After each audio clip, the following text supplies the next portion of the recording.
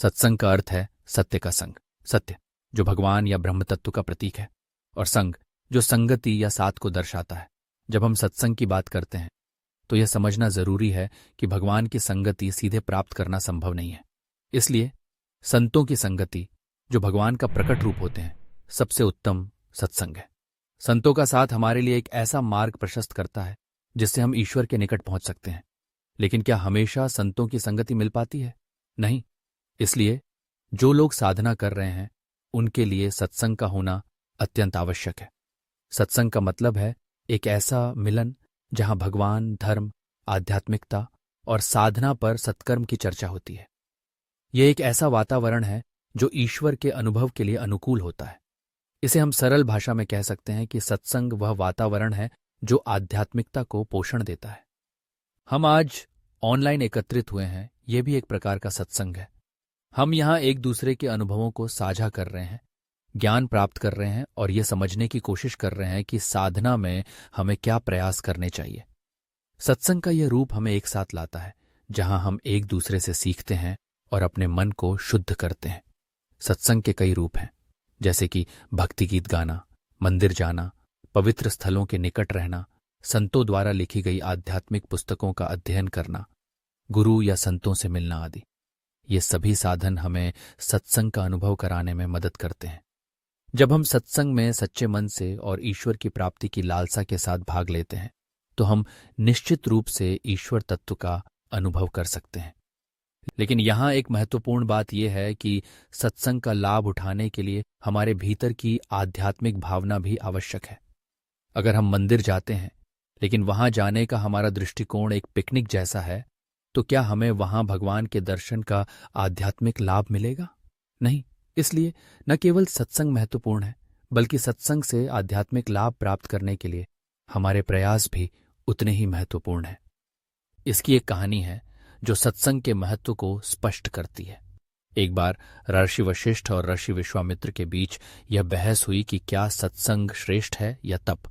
वशिष्ठ ने कहा सत्संग श्रेष्ठ है, जबकि विश्वामित्र ने कहा तप श्रेष्ठ है।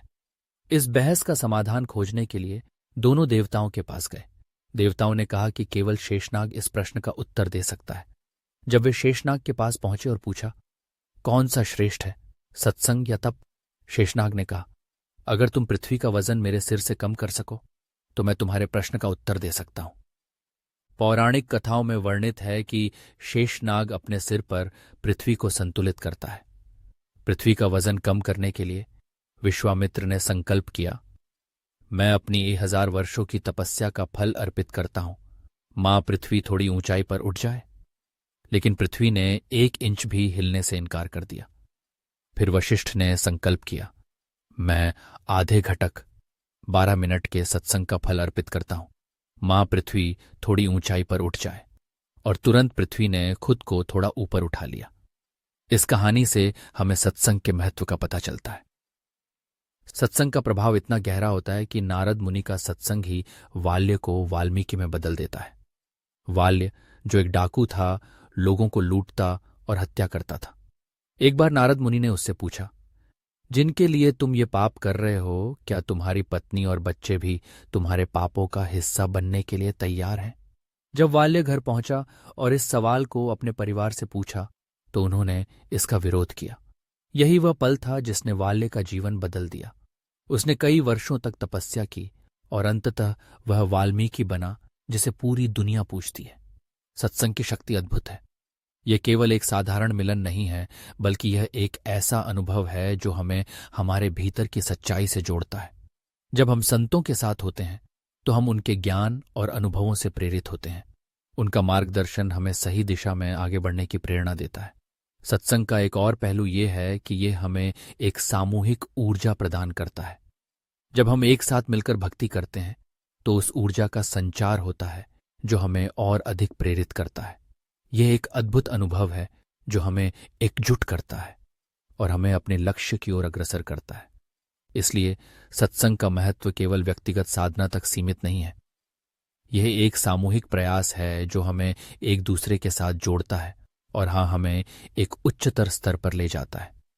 जब हम एक साथ होते हैं वो किसी की हकीकी वो तो देते हैं, तो हम एक दूसरे से सीखते हैं, एक दूसरे का समर्थन करते हैं और एक दूसरे की यात्रा में साथी बनते हैं। आध्यात्मिकता की इस यात्रा में सत्संग हमें एक ऐसा सुरक्षित स्थान प्रदान करता है जहां हम अपने विचारों और भावनाओं को साझा कर सकते हैं। हम अपने अनुभवों को साझा करते हैं, अपनी कठिनाइयों को व्यक्त करते हैं और एक दूसरे को प्रोत्साहित करते हैं। यह एक ऐसा वातावरण है जहां हम बिना किसी डर के अपनी सच्चाई को व्यक्त कर सकते हैं। सत्संग का यह अनुभव हमें यह समझने में मदद करता है कि हम अकेले नहीं हैं। हम सब एक ही यात्रा पर हैं, और जब हम एक दूसरे का साथ देते हैं तो हम सभी की यात्रा को सरल और सुखद बना देते हैं। यह हमें एक नई दृष्टि देता है जिससे हम अपने जीवन को एक नई दिशा में ले जा सकते हैं। इसलिए सत्संग को कभी भी हल्के में न लें। यह एक गहरा अनुभव है जो हमें हमारे जीवन के वास्तविक अर्थ को समझाने में मदद करता है। जब हम एक साथ होते हैं तो हम ईश्वर के निकट पहुंचते हैं। सत्संग का यह अनुभव हमें सच्चाई की ओर ले जाता है जो हमारे जीवन को पूरी तरह से बदल सकता है।